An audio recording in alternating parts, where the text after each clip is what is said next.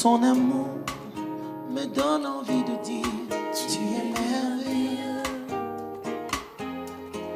Venons passer un moment dans la prière. Nous étions devant Dieu pendant ces 7 jours. Nous avions prié. Nous avions gêné. Je sais, je suis persuadé que l'Éternel était avec nous. Il nous a accompagnés jusqu'à la fin. Il nous a exaucés. Et nous croyons qu'il est là avec nous ensemble. Vous savez, je veux dire à l'église une chose. Surtout aux lecteurs de la Bible. Parce qu'il y a beaucoup de gens qui viennent à l'église et qui ne lisent pas la Bible.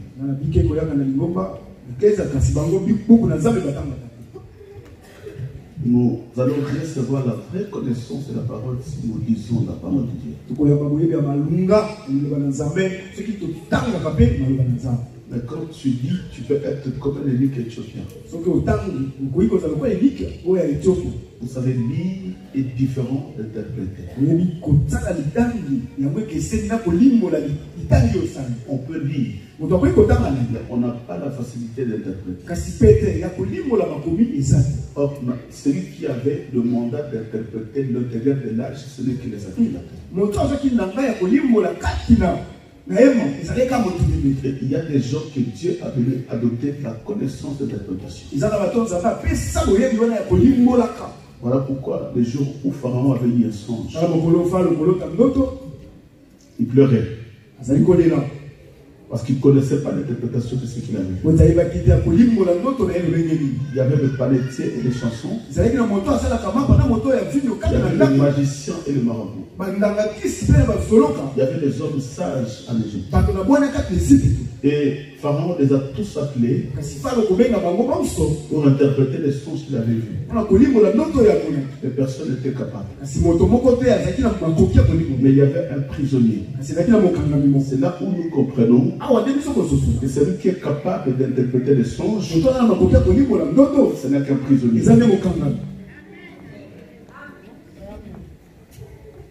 Ça va monter tout doucement. Parce que quand je commence, c'est un peu compliqué. Parce qu'aujourd'hui, je ne parle pas de songes. Nous voulons maintenant préparer l'église. Pourquoi? Parce que chaque fois qu'on essaie de monter sur la montagne,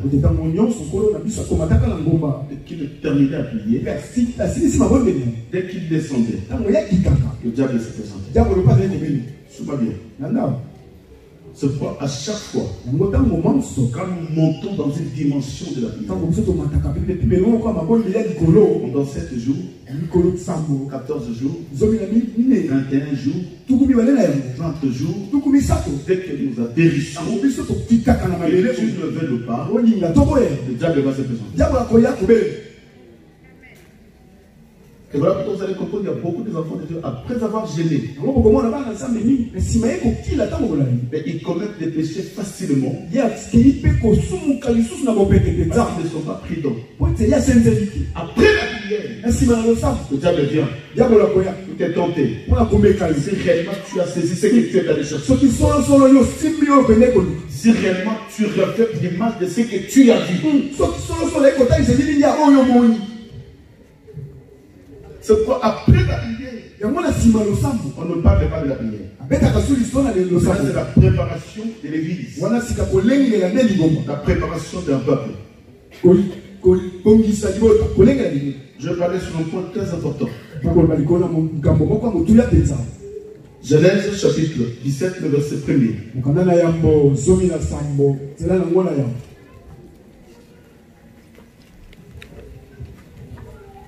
Si on peut se lever.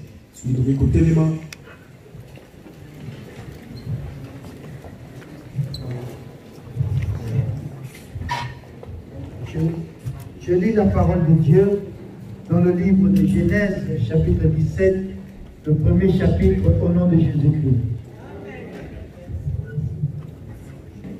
Lorsqu'Abraham fut âgé de 99 ans, L'Éternel apparut à Abraham et lui dit, je suis le Dieu Tout-Puissant. Marche devant ma face et sois intègre. Parole du Seigneur. Amen.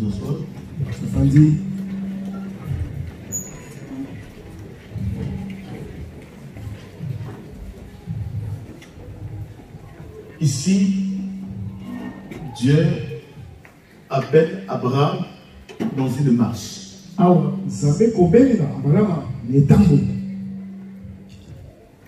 La vie chrétienne, ce n'est pas ce que nous voyons. La vie chrétienne, ce n'est pas ce que nous vivons. Mais la vie chrétienne, c'est un appel. Dieu appelle une personne et il te met à part. C'est que quand on nous appelle une église, nous sommes le mis à part. Quelqu'un que Dieu a appelé et a mis à part. C'est qu'un mis à part, c'est celui qui est différent des autres. Un mis à part, c'est celui qui est différent du monde. Un mis à part, c'est un cas isolé. Un mis à part, c'est celui qui reflète l'image de la personne qui l'a appelé. Voilà pourquoi il y a eu beaucoup de choses. Mais Dieu dira une chose. Mettez-moi Paul et Barnabas à part. C'est que quand on te met à part, il y a un but. Quand Dieu appelle quelqu'un, il y a un but. Aujourd'hui, si tu connais Dieu dans ta famille, parce que Dieu a un but pour toi. Si tu connais Dieu dans ta famille, tu peux sortir dans une famille là où il y a la sorcellerie. Mais Dieu t'a appelé parce qu'il a vu qu'il a besoin de quelqu'un. Oh, c'est quelqu'un, c'est toi. Il te prend d'abord. Il te met à part. Tu deviens différent de tous tes frères, différent de toute la famille. Même si tout le monde prie, mais tu verras que toi tu es différent de ces gens-là qui prient. Même tout le monde s'appelle chrétien, mais tu es différent de tous les chrétiens.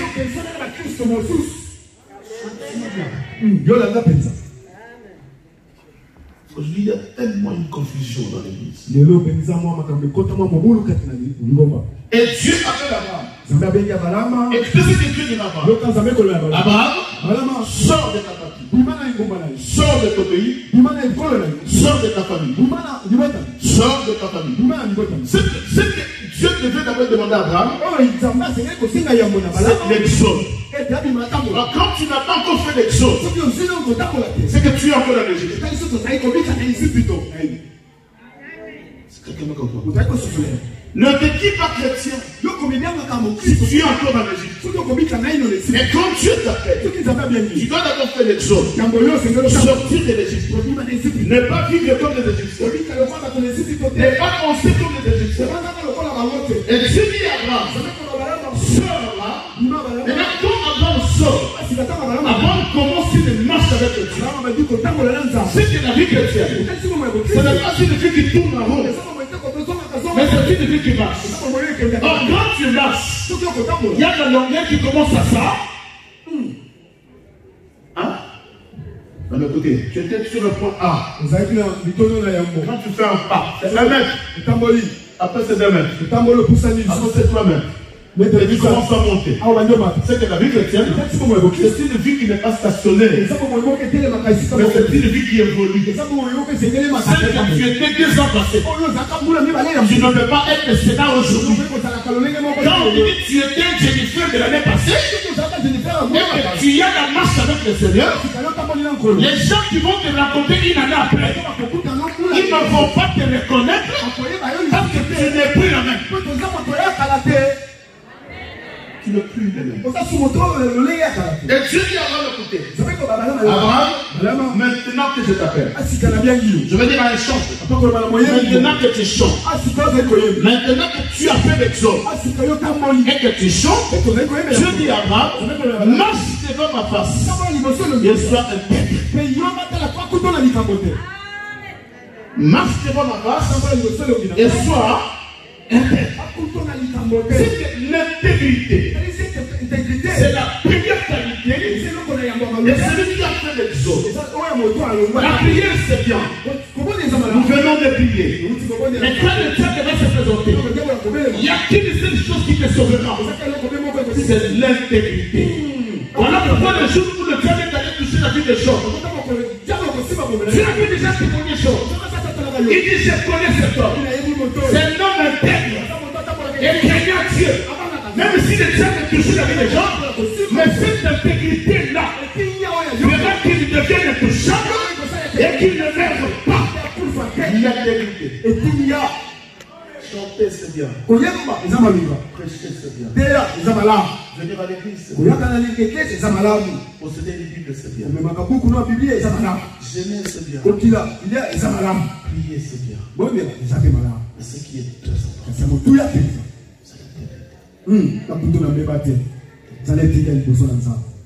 non, dis-moi amen. Voilà pourquoi l'église n'est pas assise sur la prédication. L'église n'est pas assise sur le miracle. L'église n'est pas assise sur la prière. Oh, nous avons le ministère de la délivrance. Le ministère de la délivrance n'existe pas. Ça n'existe pas. Quelqu'un peut me dire amen. Si tu vois une église qui devient un ministère, c'est un culte de démons. Oh, nous sommes le ministère de combat, c'est un culte de démons. Le ministère de la délivrance, c'est un culte de démons. Le ministère de la prospérité, c'est un culte de démons. Parce qu'en parlant de la prospérité, vous deviez le peuple. En parlant de la délivrance, vous deviez le peuple. Mais le peuple n'a pas soif de connaître Jésus, mais ils ont soif de connaître les démons et de combattre les démons. Ce n'est pas ça l'église. Mais l'église est bâtie sur l'enseignement. Voilà pourquoi nous insistons sur l'enseignement. Vous savez, un jour, le disciple marche, Jésus marchait avec ses disciples. Et il y avait une foule énorme qui suivait Jésus.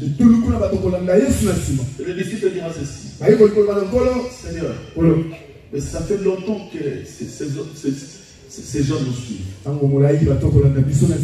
Est-ce qu'on ne peut pas leur laisser le temps d'aller chercher à manger? Écoutez la réponse du Seigneur. Qui sait ce que le Seigneur a entendu? Vous n'avez rien à donner? Premièrement, il dit faites-les asseoir. Asseoir? Faites-les. Cela veut dire quoi? On ne mange pas debout. Il faut que le peuple soit assis. Il dit faites-le. D'abord, faites-le asseoir. Même le médecin le dit. Quand tu manges, tu dois être assis. N'est-ce pas? Un peuple qui n'est pas assis, c'est un peuple qui ne digère pas bien. Un peuple qui n'est pas assis, c'est un peuple qui ne mange pas bien. Mais pour bien manger, le Seigneur a commencé ce message. Faites-le asseoir. Voilà pourquoi je dis l'église souffre. L'église souffre parce que les gens ne sont pas assis. Aujourd'hui tu es là, après demain tu es là. Tu n'es pas assis parce que tu ne sais pas. Tu crois. La croyance. Tu ne sais pas que la croyance tu es assis. Et après Jésus va demander à ses disciples. Le monsieur d'aller chercher à manger, mais vous n'avez rien à lui donner. Et il y a un enfant qui va sortir. J'ai 5 poissons, j'ai 5 pains. De poissons. Ça ne veut plus rentrer dessus parce que c'est toute une prophétie. Toute une prophétie. Et la Bible dit que le Seigneur a multiplié. Ils ont mangé, ils ont bu. N'est-ce pas? Non, dis-moi un grand amen. Parce qu'un peuple qui n'est pas assis, c'est un peuple qui est emporté à tout vendre. Il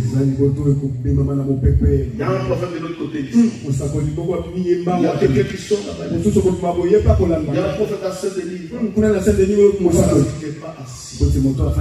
Un peuple assis, c'est comme un peuple de béret qui vérifie les Écritures. Je prêche, mais il vérifie les Écritures. Moi, j'adopte un système. Nous sommes dans une église là où tout le monde a droit de poser la question. Nous ne sommes pas dans une église où nous dictons l'église. Même si nous prêchons des choses qui n'est pas bibliques, mais les gens sont obligés d'accepter. Non. Nous vous laissons le temps de poser des questions. Si tu n'es pas d'accord sur un point, viens poser la question. Pour que tu ne sois pas emporté à tout fond de toi. L'enseignement, c'est le modèle de Dieu. Le modèle de Dieu, ce n'est pas la prédication. Tout le monde peut prêcher. Un frère peut prêcher. Un diable peut prêcher. Un ancien peut prêcher. Un lévite peut prêcher. Un chauve peut prêcher. Mais il y a un domaine de référence certificateur. C'est l'enseignement. Or, enseigner, c'est faire la relecture. Enseigner, c'est expliquer le mystère qui est caché dans les Écritures. Derrière chaque écriture, il y a une pensée de Dieu qui est cachée. C'est que quand tu donnes une écriture, derrière cette écriture, il y a Jésus qui est caché. Parce que toutes ces écritures parlent que de Jésus. Même Jésus a dit tout ce que Moïse enseignait, il parlait de moi. Vous savez pourquoi? Parce que quand on doit parler des arbres, il y a des arbres qu'on appelle Jésus. Quand on parle de poisson, il y a un poisson qui avait avalé Jonas, c'est Jésus. Quand on parle des oiseaux, il y a un oiseau qu'on appelle l'aigle. Il y a un oiseau qu'on appelle la colombe. Il parle de Jésus. Quand on parle de serpent, il y a un serpent qu'on appelle Jésus. Amen. C'est que chaque écriture cache la pensée de Dieu. Et c'est pourquoi un vrai ministre doit être capable de déchirer les écritures et de faire sortir la pensée. Parce que le peuple n'a pas besoin des écritures, mais ils ont besoin de la pensée qui est dans l'écriture. Et c'est cette pensée-là qui donne la vie. Voilà pourquoi David dira ceci.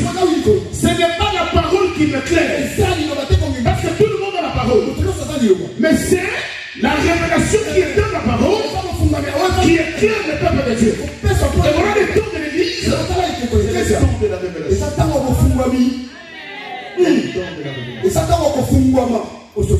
Quelqu'un peut dire amen. L'enseignement, c'est le modèle de Dieu. Un jour, Moïse s'est montré sur la montagne. Dieu l'a appelé.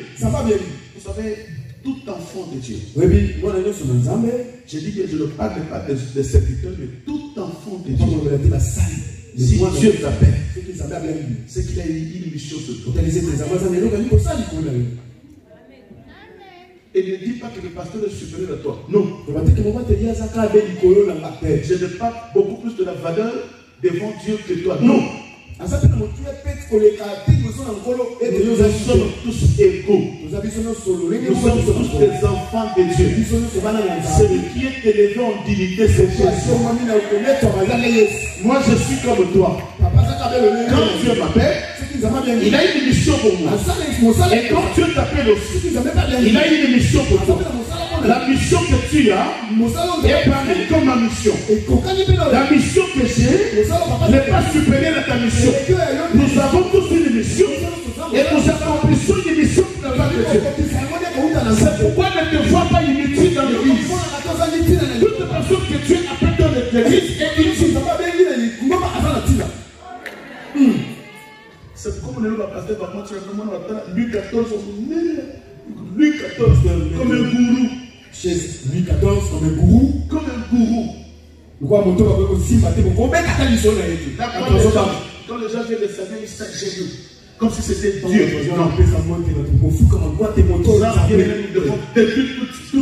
Tous ces enseignements-là. Nous devons ramener l'église sur le bon chemin. L'église a dévié. Et qui a dévié l'église? C'est le nom de Dieu. Moïse s'est monté sur la montagne. Et Dieu dira à Moïse, Moïse, qu'est-ce que tu as vu? Moïse a vu le tabernacle. Moïse a vu le tabernacle, la maison de Dieu, sur la montagne. Mais cette maison n'était pas une maison physique, mais c'était une maison spirituelle. C'est qu'un enfant de Dieu doit avoir l'œil spirituel. Quand tu regardes, tu dois voir des choses que les gens physiques ne voient pas. Là où la pensée de l'homme est limitée, c'est là où tu vois. C'est pourquoi j'ai dit à l'église, les gens ne te connaissent pas. Si les gens connaissaient ce que tu étais, ils n'allaient pas te traiter comme ils sont en train de te traiter. Parce que tu as la chose de Dieu. Et tu vois ce que les autres ne voient pas. C'est ce que Moïse a vu. Un appelé de Dieu, c'est celui que Dieu ouvre l'œil. Là où les gens pleurent, ils ne pleurent pas parce qu'ils voient de l'eau. Là où les gens pleurent, ils ne pleurent pas. Même s'il n'est pas marié, il ne pleure pas parce qu'il voit de l'eau. C'est ça l'œil de l'esprit. Tu dois avoir l'œil de l'esprit. Et Moïse s'est monté sur la montagne. Vous savez, j'admire cet homme de Moïse. Dieu va dire à Moïse ceci. Exode 25. Le verset 9. Dieu dira ceci à Moïse.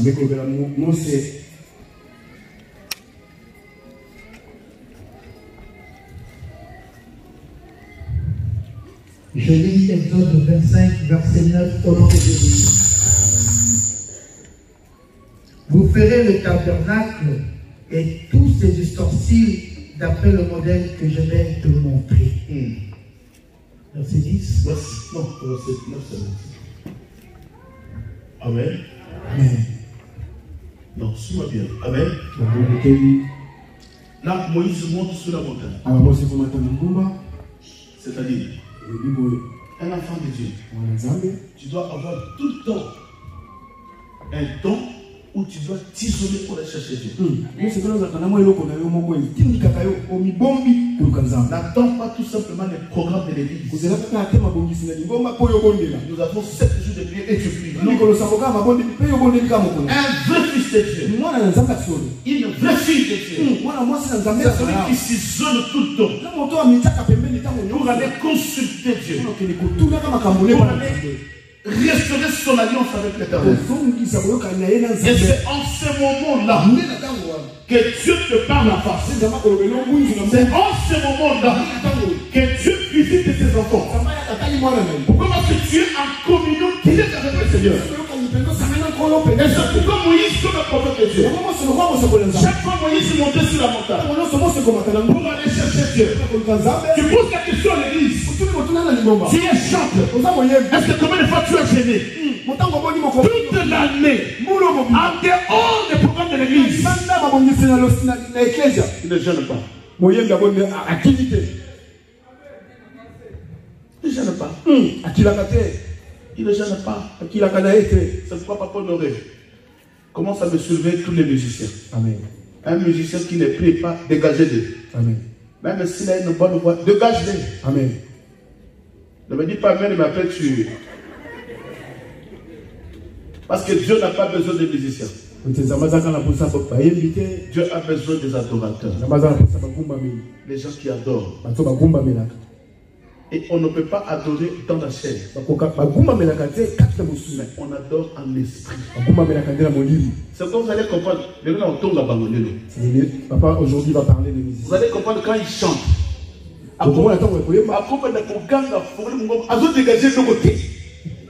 Il peut commencer à crier, mais il ne dégage rien. La chair. C'est quoi là, comment forcer? Vous ne dégagez rien. Vous chantez pas, mais tu dégages rien. Si tu dégages quelque chose, tu ne pousseras pas les gens. L'église sera emportée de l'onction que tu dégages. Mais tu ne dégages rien. Mais là, tu commences à forcer l'église à chanter. Le peuple ne chante pas parce que tu forces l'église à chanter. Mais le peuple chante parce que tu dégages l'onction. C'est l'onction qui nous poussera d'entrer dans cette activité. Et d'adorer Dieu. C'est l'esprit. C'est pourquoi Dieu veut que nous soyons le modèle. Je dis à Moïse, ce que tu as vu sur la montagne, quand tu descendras, tu construiras le tabernacle selon le modèle que tu as vu. Ce que Dieu veut, c'est que nous soyons son modèle. Vous savez, je le dis. Nous pouvons être 10 000 églises. Mais moi, Dieu m'a appelé comme Moïse. Nous voulons être un modèle différent de toutes les églises. Quand quelqu'un vient ici, il sent la différence de toutes les églises. Nous ne sommes pas dans une église là où le pasteur est patron. Il ne faut pas te laisser bien. Non. Voilà pourquoi quand Dieu appelle le nom de Dieu, il dépose tout simplement la pensée qu'il a reçue de Dieu. Dis-moi Amen. Amen. Non, un grand Amen. Amen. Un homme de Dieu qui vous parle de sa richesse. C'est un païen. Quelqu'un peut dire Amen? J'ai des voitures. J'ai des maisons. En quoi ça nous concerne? Nous on a besoin de Jésus. Les païens qui ont des milliards, où ils vont aller vanter tout ça. Et quand tu as une maison, tu es béni. Mais ce n'est pas la bénédiction. Et cette maison d'ailleurs, quand tu pries, c'est une maison en crédit.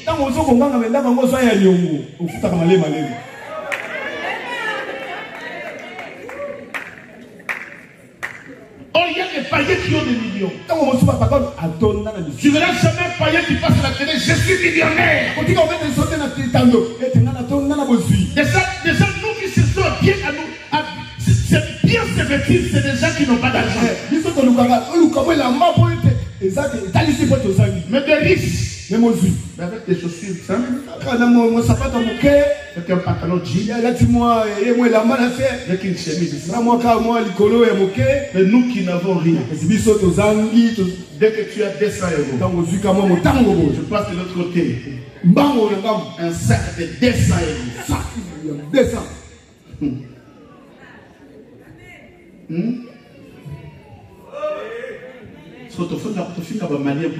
Et pourquoi nous incitons les Maliens? Maliens en robe. Mais là-bas, ils construisent une grande maison. Toi, avec tes sacs de 200, mais. Dis-moi même. Amen.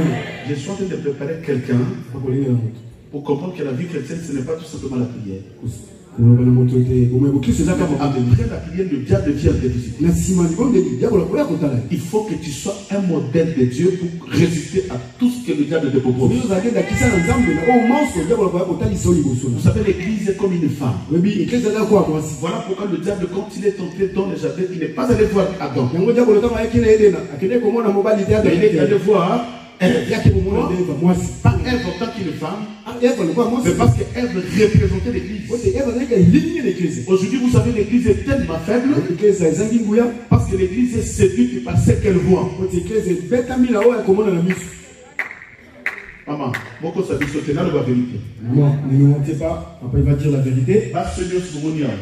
Les femmes. Hein? Quel est le cas de la pantalon au Toboka?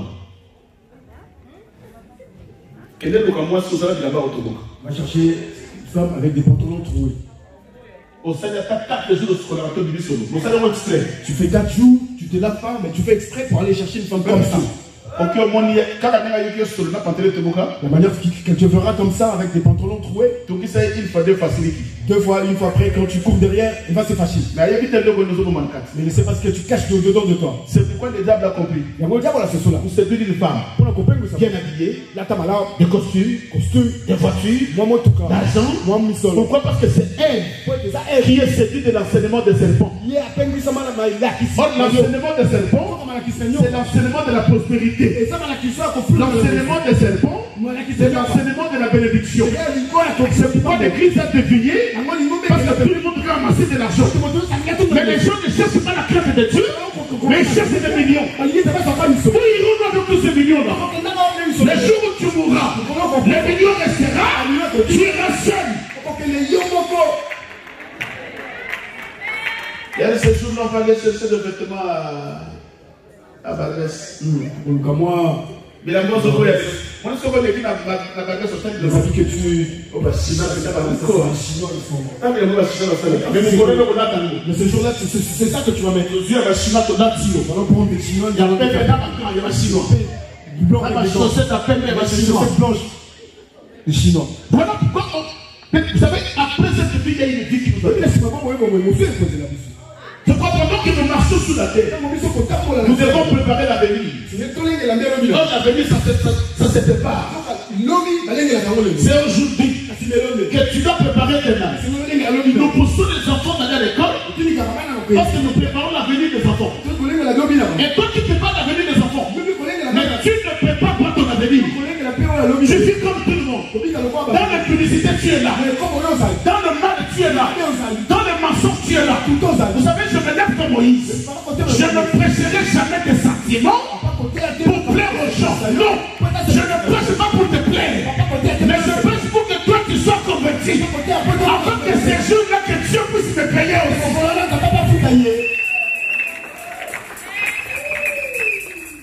Dis-moi Amen. Amen. Non, un grand Amen. Amen. Parce qu'aujourd'hui, le message de la sainteté a dévié à l'église.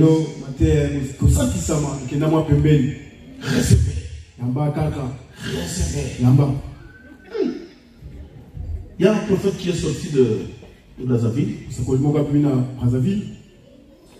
qui était venu au Congo à l'époque. Vous savez, nous déjà au Congo, les gens n'ont pas de passeport, n'est-ce pas? Passeport. Dis-moi Amen. Amen. Vous avez un passeport au Congo. Toi, tu as un passeport au Congo?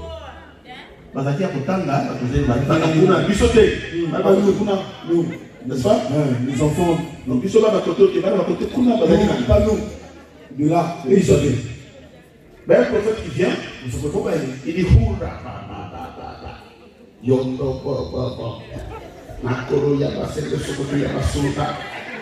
je ne vais plus prêcher. Aujourd'hui, c'est le débat.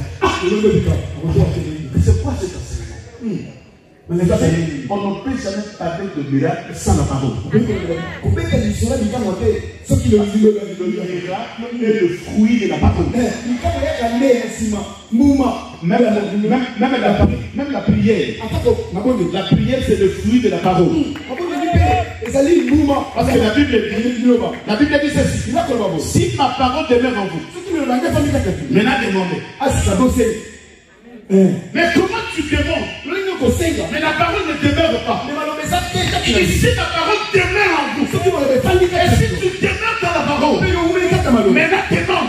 C'est parce que ta demande est accompagnée par l'onction de la parole. Quand l'onction de la parole sort, c'est cette onction qui touche Dieu pour que Dieu puisse t'exaucer. D'abord, c'est la connaissance de la parole.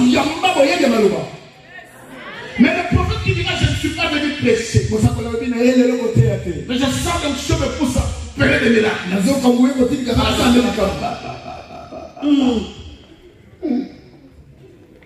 Il va comme l'église, voilà. C'est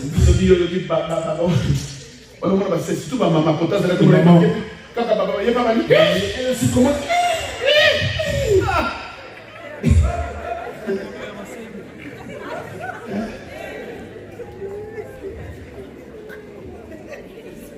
Voilà, tu es le beau.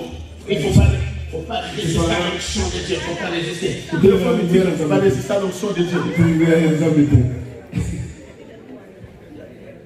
Ah. Macabo fait ceci là. Ces choses doivent cesser. Le peuple de Dieu a besoin d'aller au ciel. Fini les temps d'impressionner les vies. Et fini les temps de séduire le peuple de Dieu. Le peuple a besoin de Dieu. Le peuple n'a pas besoin de toutes ces choses-là. Voilà pourquoi nous devons dénoncer la fausseté pour que la vérité prenne place. Nous devons retourner l'église dans la vérité. Dans la vérité. À l'époque, on n'avait pas de passeport. Non. Mais dans mon passeport, vous besoin. Mais le prophète qui vient, qui vient voyager pour l'Europe. Est-ce que pose la question contre le en Afrique? C'est vraiment une question. C'est genre une question que tu peux poser à quelqu'un qui vient en Afrique, qui va aller en Europe. Quelqu'un qui a ça va dans un option de voyager. J'ai l'option de faire voyager tout ça. Parce que moi, ça va la misère que de fois nous avons ici. Même si le moment, on a pas de temps sur la table, sur la tête, pourquoi vous avez un frère, vous savez, nous, on y revient. Mais comment je veux? Dans le parce que pour les enfants, on a beaucoup même tout ça.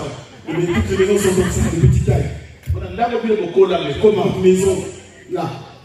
Parce qu'aux autres, il m'a fait bien au bout. Tu crois pas, tu es sorti de là? Hein? Maintenant, le prophète va crier devant les gens. Comment ça pour la gagne? C'est lui qui veut voyager, qui se lève pas. Tout le monde va faire Mouka. Et le pasteur, le pasteur va se lever parce que lui aussi veut voyager.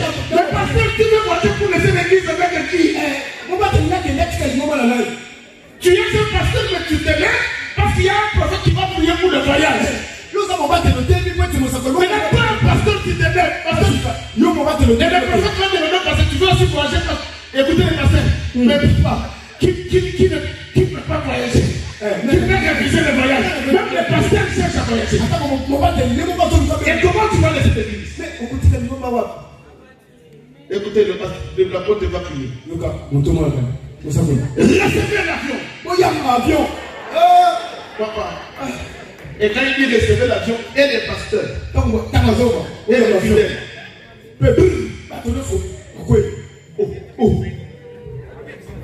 Mais moi je me suis posé la question, maintenant tu reçois l'avion, et quand les gens se lèvent, le prophète fait l'onction. Papa, il y a un avion, mais comment tu peux embrasser une chose? L'avion? Hein? C'est pourquoi je dis, même dans le domaine de la délivrance, ne crois pas que si tu tombes, et que tu es délivré. Non. La vraie délivrance, c'est la délivrance de Saoul. Saoul est tombé, mais quand il s'est réveillé, Paul. Saoul qui était persécuteur, maintenant il tombe, il se réveille, Paul est un apôtre. C'est qu'il y a un changement spontané. C'est ça la véritable délivrance. Maintenant tu tombes tout le temps.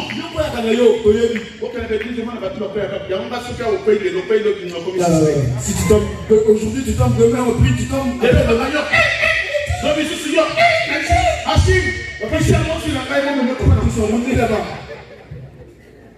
C'est pourquoi il dit une façon qu'on a délivré. Tu es délivré.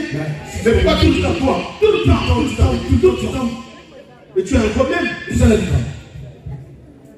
Mais il y a des gens aussi qui peuvent tomber, mais qui ne sont pas délivrés. Tomber n'est pas dire délivré. C'est pendant un jour, quand les soldats sont venus arrêter le Seigneur, quand ils ont demandé où il est où le Seigneur, quand il a dit c'est moi, qu'est-ce qu'ils ont fait? Tout le monde est tombé par terre de soi. Pourquoi? Parce que la parole qu'il avait sortie, il y avait une onction dans cette parole. Et les soldats sont tombés. Tant qu'on va téléma, il va être converti. Ils l'ont arrêté. C'était tombé après, ils l'ont arrêté quand même. Tu tombes 10 000 fois, mais tu ne changes pas. Quelqu'un peut dire amen. Les modèles de Dieu. Ce que Dieu veut, c'est que nous devenions le modèle. Le modèle.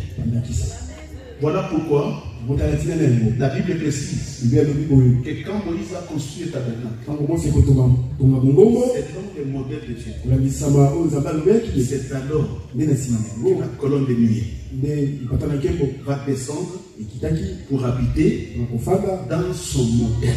Un chrétien qui n'est pas un modèle, même si tu pries pour les maris de nuit, comme tu n'es pas un modèle, la nuée qui est l'esprit n'habitera jamais sur toi. Voilà pourquoi l'Église a besoin de l'onction. L'Église a besoin de l'onction de la parole. L'Église a besoin de l'esprit. Celui qui a la sémence de Dieu, qui est l'esprit du Seigneur, ne pêche pas. J'insiste sur la vie du péché. J'insiste.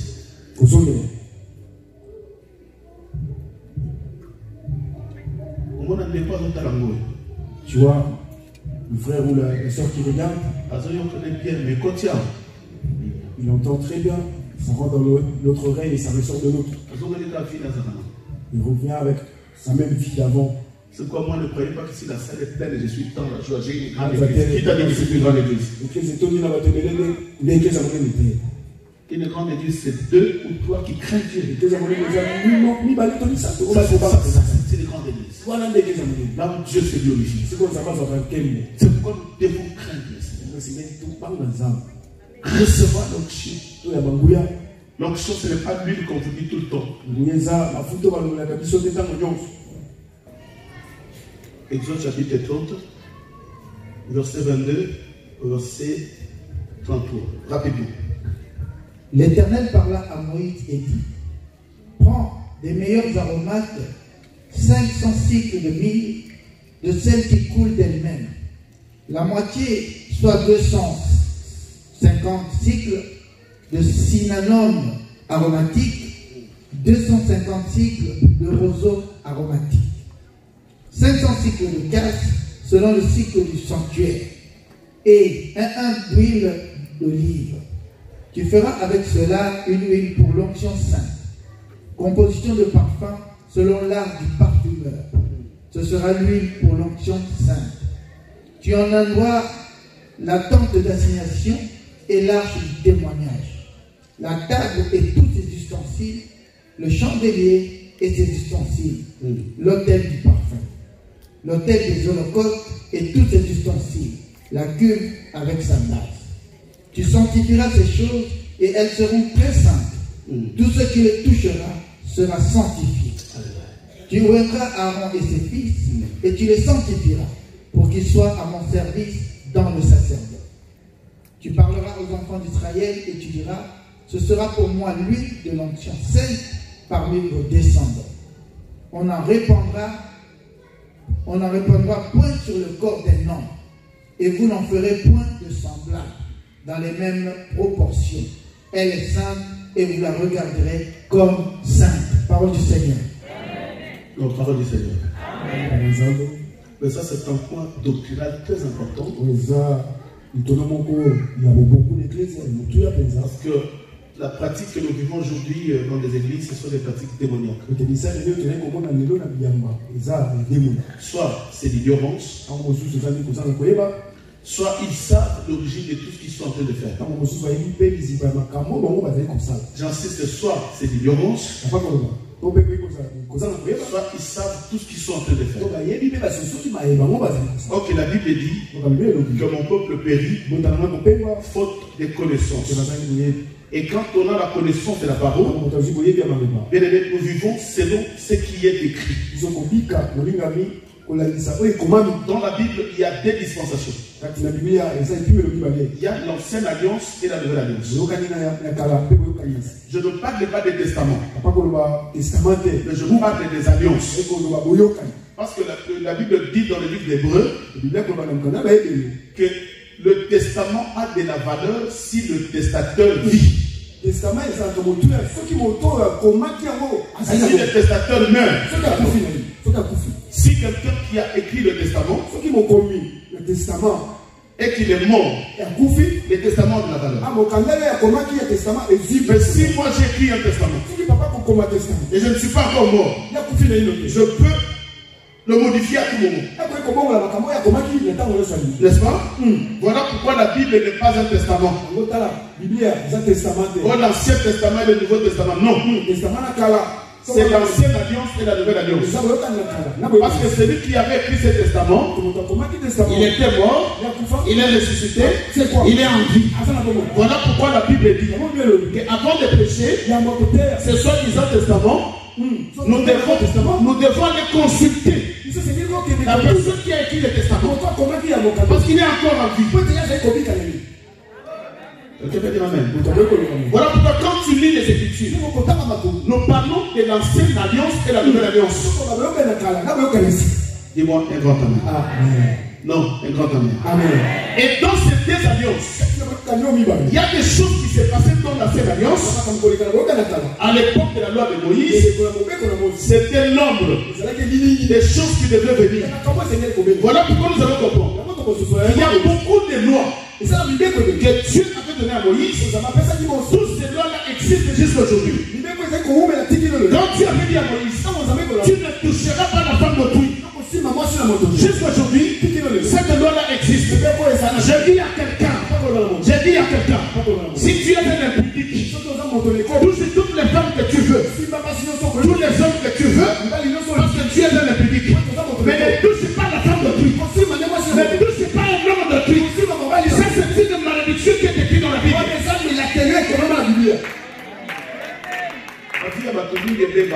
Nombre de vies ont été détruites. Parce que leurs yeux tournaient vers les femmes d'autrui.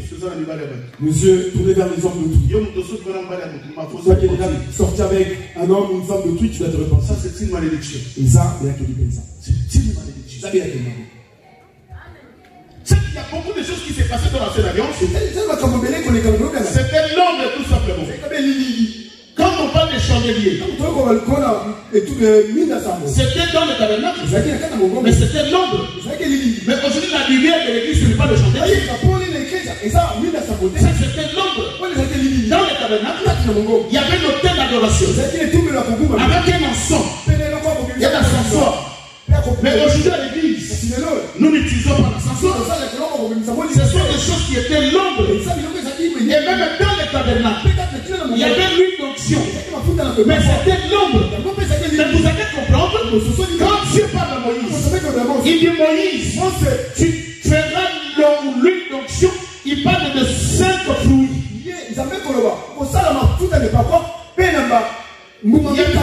Qui ça vient?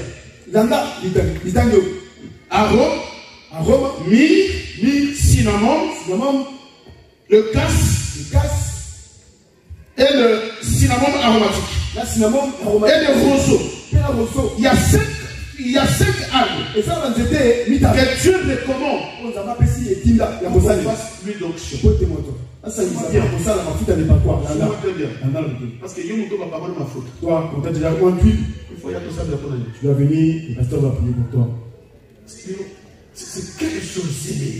Il est malin qui se prétend connaître Dieu. Mais un apôtre, je ne sais pas si c'est un bandit, moi je les appelle des bandits, des voyous, des brigands, des assassins, qui va te toucher dans ton corps pour te voir. Mais c'est pas cet évangile. Mais non, parce que tu as besoin des enfants, allez, tu te laisses emporter. De tout ça, pourquoi? Parce que tu n'as pas la connaissance. Dieu dit à Moïse, tu prends toutes ces aides-là, tu vas constituer l'huile d'onction. Ça, je parle de l'huile d'onction. Mais la Bible est descend. Vous allez comprendre.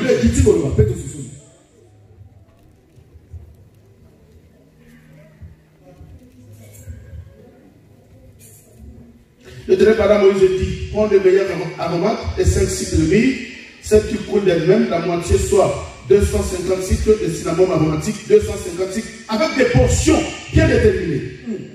Des roseaux aromatiques, 500 cycles de classe, selon les cycles du sanctuaire et un hymne d'huile d'olive. Écoutez, la Bible dit, parmi tous ces feuilles que Dieu a ordonné à Moïse, quand il va mélanger cela, qu'il rajoute un peu une quantité, petite quantité d'olive.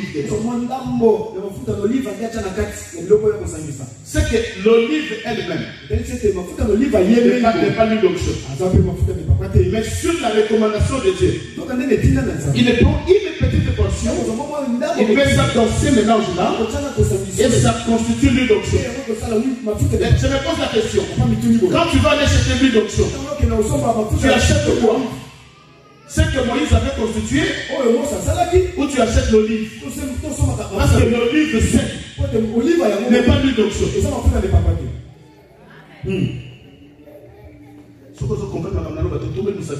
Si tu ne comprends pas, tu peux lever ta main. Nous voulons que l'église soit enseignée. N'est-ce pas? Amen. Non, dis-moi Amen. Amen. Et qu'est-ce que Dieu dit?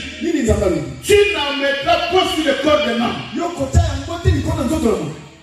Oh, dans la loi, il y a deux personnes qui étaient ouvertes de l'huile d'onction. C'était le sacrificateur qui était Aaron et ses fils et le roi.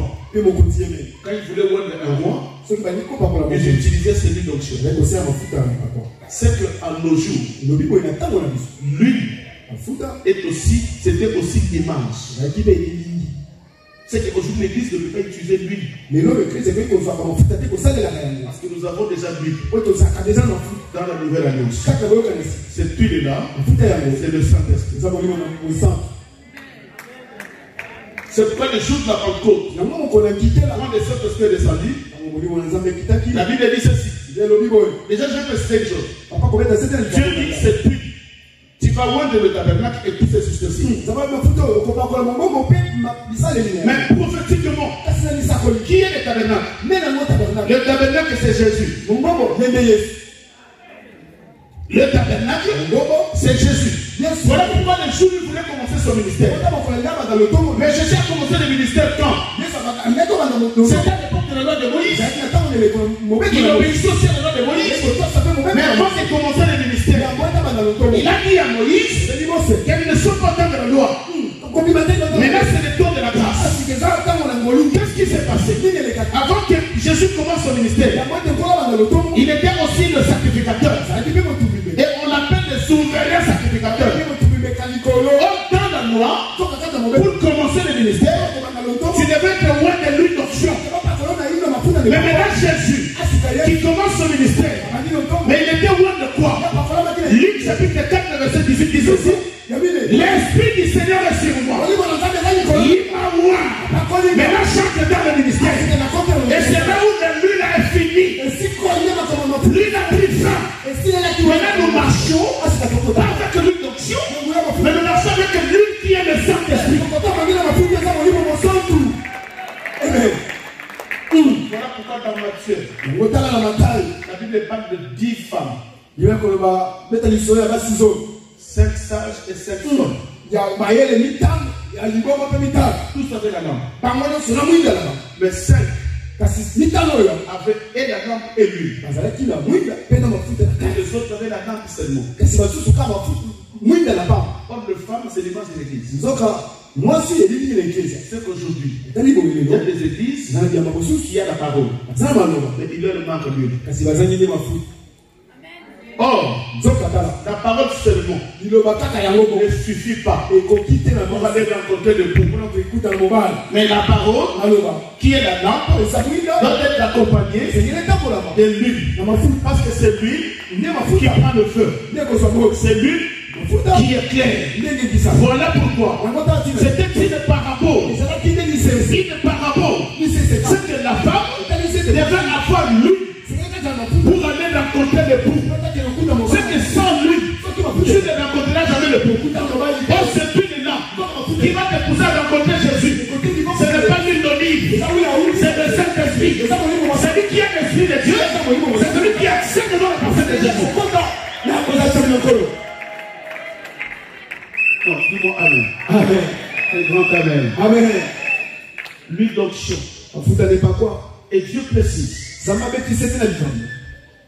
Tu reviendras à leur fils et tu les sanctifieras. Pour qu'ils soient à mon service dans les sacerdoces. Le verset 31. Tu parleras aux enfants d'Israël et tu diras, ce sera pour moi l'huile d'onction parmi vos descendants. On ne répandra point sur le corps des noms. On ne répandra point sur le corps des noms. Mais là dans le tabernacle, Aaron ce fils était roi. Le roi aussi était roi. Cette épine n'était pas donnée pour tout le monde. C'était donné pour le roi et pour les sacrificateurs. Dans la loi, c'est fini. Mais quand l'Esprit de Dieu est venu, ce n'est pas seulement pour les sacrificateurs, ni pour les lois. Non, mais l'Esprit est venu pour tout le monde. Voilà pourquoi les jours de la Pentecôte, même les païens étaient saisis par l'Esprit. Les apôtres étaient bouleversés. Mais comment ces gens sont des païens? Comment ils peuvent recevoir l'Esprit? Nous ne sommes pas en temps de la loi. La loi disait, lui n'était que pour le tabernacle. Pour les gens qui s'étaient dans le tabernacle. Aujourd'hui, l'huile que nous avons, qui est le Saint-Esprit, est donné pour tout le monde. C'est qu'en ces jours, même les païens peuvent être touchés par l'Esprit de Dieu. Même les païens. Même les païens. Mais à l'époque, il y avait une différence. Le verset 32. On ne répandra point sur les corps de l'homme. Et vous n'en ferez point de semblable.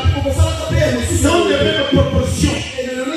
Et les saintes, et vous la regarderez comme ça. Dieu insiste en dehors de toutes les proportions que j'ai données à Moïse. Personne n'en fera de semblable. Celui qui en fera des semblables, il sera réproché de mon peuple. C'est que tous vos pasteurs, tous vos apôtres qui vous ont fait. Et si les apôtres les chassaient, il a commis plus fort que les autres. Dis-moi Amen. Amen. Et va clôturer au verset 33. Quiconque en composera, il est semblable. Ou en mettant sur les corps de l'étranger. C'est là l'étranger. Vous savez l'époque de la loi. Qui on appelait l'étranger? C'était les nations. Le peuple de Dieu était que le peuple d'Israël. Donc tous, nous étions des étrangers. C'est pourquoi dans cette toute onction, c'était interdit de oindre ça sur les étrangers. C'est pourquoi tu dis toi qui es un étranger au fils d'Israël, comment tu peux aller chercher où il était pour les Juifs? Quand Jésus est venu, il a dit oui, cette fille-là c'était pour Israël. Parce que toi tu étais un étranger. Maintenant je suis venu te racheter. Tu accèdes dans la promesse d'Abraham. Maintenant tu n'utiliseras pas cette huile-là. Maintenant il y a l'huile qu'on appelle l'huile d'onction, qui est le Saint-Esprit. Quand tu vas dans une église où on utilise l'huile comme l'huile d'onction, prenez ces pasteurs, pendez-les.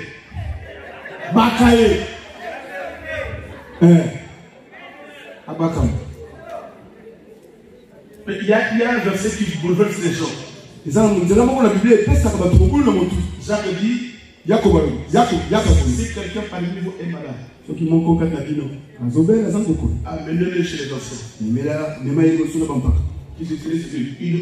Lis les versets. Est-ce que quelqu'un connaît ce verset?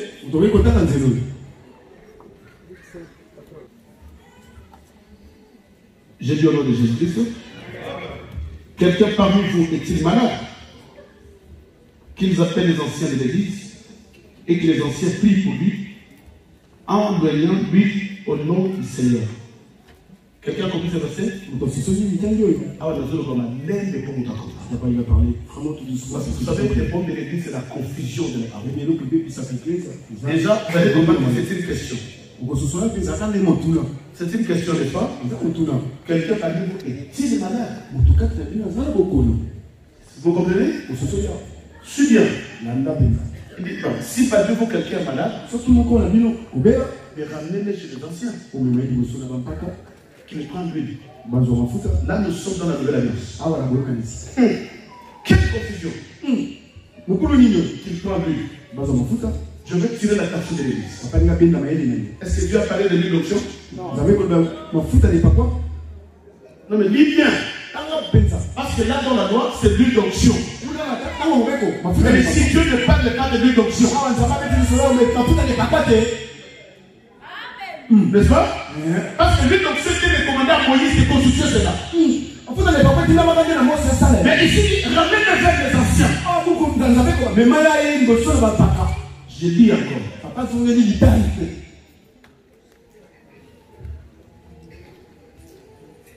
Quelqu'un parmi vous est-il malade? Parce que pour Dieu, la maladie n'existe pas. C'est pas il pose la question. Est-ce que les gars qui nous avons donné? Est-ce que parmi vous il y a un malade? Est-ce que le malade Dieu aux hommes dans bas? Est-ce que le malade dont Dieu parle là? C'est un cancer. C'est le cancer. Combien de fois tu souffres? Il y a des gens qui ont souffert des cancers, on l'a au loin, mais la personne elle est partie. Mais toi qui souffres de diabète, va là-bas, on va te faire. Tu crois lui donc sur le livre. Mais la famille a dit qu'on va te faire. Maintenant, dans ta famille, il y a des gens qui souffrent, qui sont malades. Amenez-le, on va le poindre lui. Pourquoi ils ne sont pas guéris? En l'huile que Dieu parle. Nous sommes dans la nouvelle alliance. Cette huile-là, ce n'est que le Saint-Esprit. Et il insiste. Il insiste. Il dit ceci. Qu'ils appellent les anciens de l'église. Et que les anciens prient pour lui. Au nom de Jésus-Christ. Cela veut dire quoi? Un ancien qui va prier, un ancien qui est loin. Un pasteur qui prie pour un malade, c'est un pasteur qui est loin de l'action. L'huile que tu as, c'est ce que tu dépends dans la vie d'une personne. Et c'est cette huile-là qui va porter la guérison. Ce n'est pas l'huile d'olive. Qu'est-ce qu'on fait pour?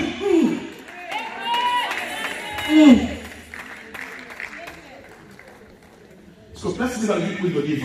Mais où est-ce qu'on a cité? Dans la Sainte Alliance, quand Dieu parlait, si, pourquoi, d'où vient, qu'est-ce que vient faire l'olive? Vous avez eu d'où cette révélation? Pourquoi tu olives?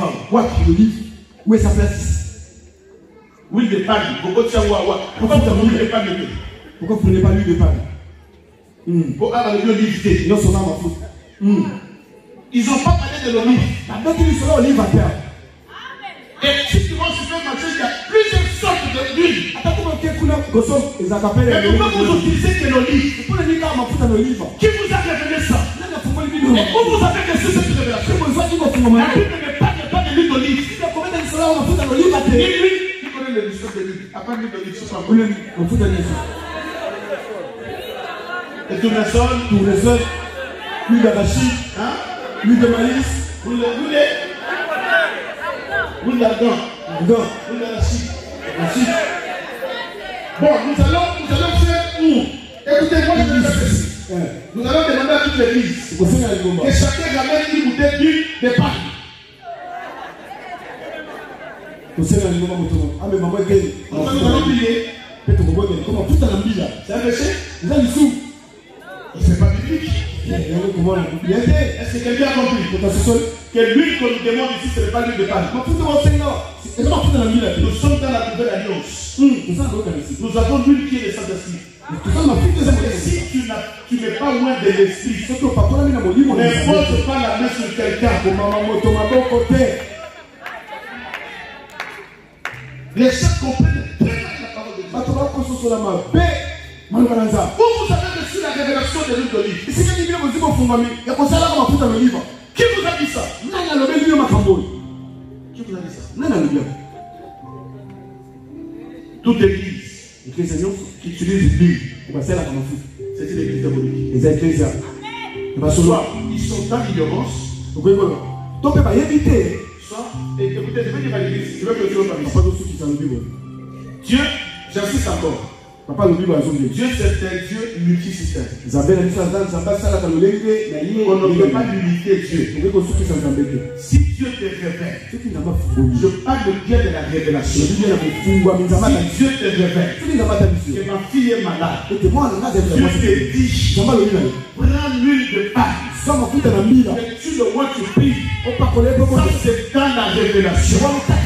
Si Dieu te dit, prends une bouteille d'eau. Prie pour ça. Donne à ton fils. Tu le prends. Si Dieu te révèle, je ne parle pas de la révélation. Je ne parle pas de l'huile d'onction. Mais je parle de la révélation. Si Dieu te dit, regarde ton fils sur la terre. Prends la terre. Tu le couvres de la terre. Je prie, cet enfant sera guéri.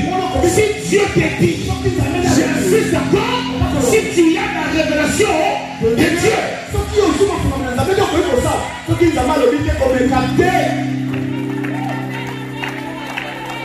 Mais vous devez comprendre que la révélation de Dieu n'est pas une habitude. Aujourd'hui, Dieu peut me dire pour la sœur, Abissina, prends le nom du don, je prie sur un guéri.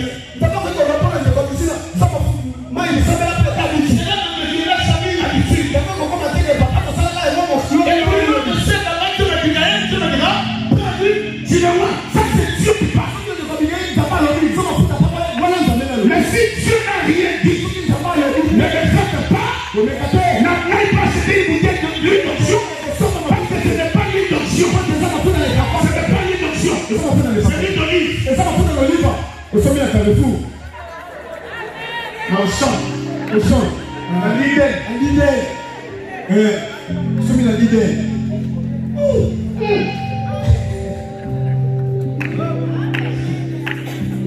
Il m'a regardé. Amen.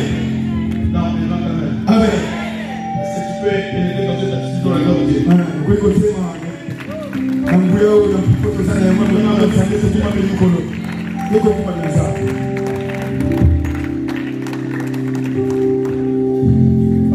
Si Dieu te révèle, ceux qui n'ont pas le Fungoyo, papa, que ceux qui ont camarade. Si Dieu te révèle, ceux qui n'ont pas le Fungoyo pour ça. Vous savez, un jour, j'étais tellement menacé par l'estomac. J'ai trop souffert de l'estomac. Je me suis levé le matin, j'avais tellement mal. Et je devais passer à la radio. Mais je sens qu'il le voit. Je sens qu'il le voit qui me dit. Prends le bicarbonate. Mets ça dans l'eau. Ça va brûler l'estomac. Il y a beaucoup de gens qui me disaient prends le bicarbonate. Je brûle le bicarbonate. Je mets ça dans l'eau. Je secoué. Même pas 10 minutes. Même pas 10 minutes. J'étais guéri. Mais ne le faites pas parce que tu n'as pas la révélation. Ne le faites pas. Mais quand Dieu te parle, ils sont la voix de Dieu qui m'ont faites cela.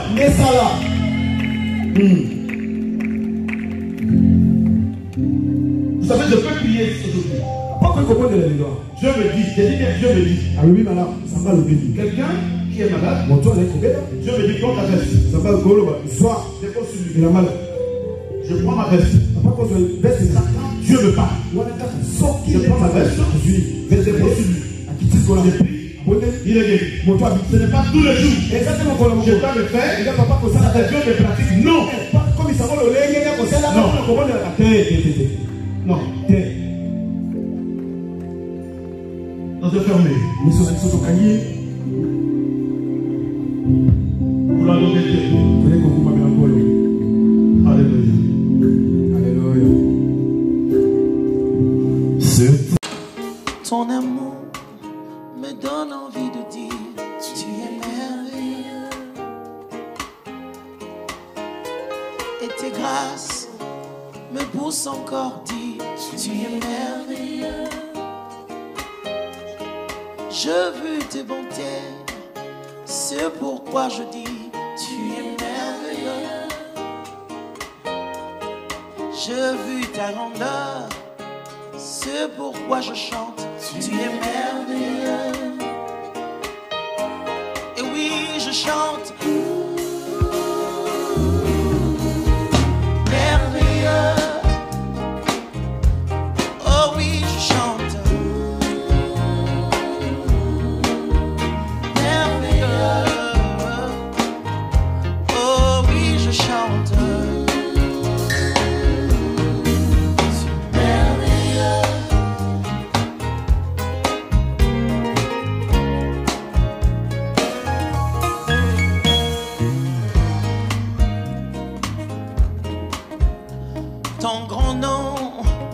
m'inspire comme on le dit.